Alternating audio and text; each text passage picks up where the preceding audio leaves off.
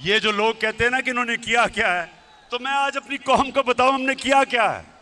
मैं अपने मीडिया के लोगों को कहना चाहता हूं कि जब आप शाम को अपने टीवी शोज करते हैं, मैं एंकर्स को कहता हूं, खुदा के वास्ते कोई माइशत के माहिरों को बुला लें और उनको बैठ के कम से कम मुआवजा करें कि पहले मुल्क से क्या होता था और हमने 3.5 साल में मुल्क के लिए क्या किया है।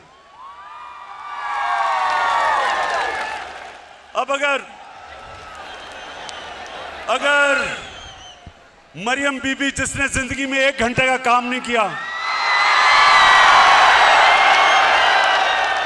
और कांपे टांगने वाले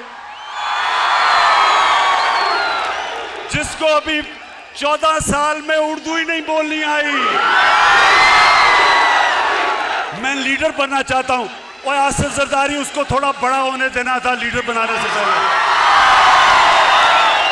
कहता है, अच्छा वो कहता है कि मुझे अगर तुमने ये कुछ हर रोज धमकियां देता है, अगर नैब ने मुझे बुलाया तो मैं ये कर दूंगा।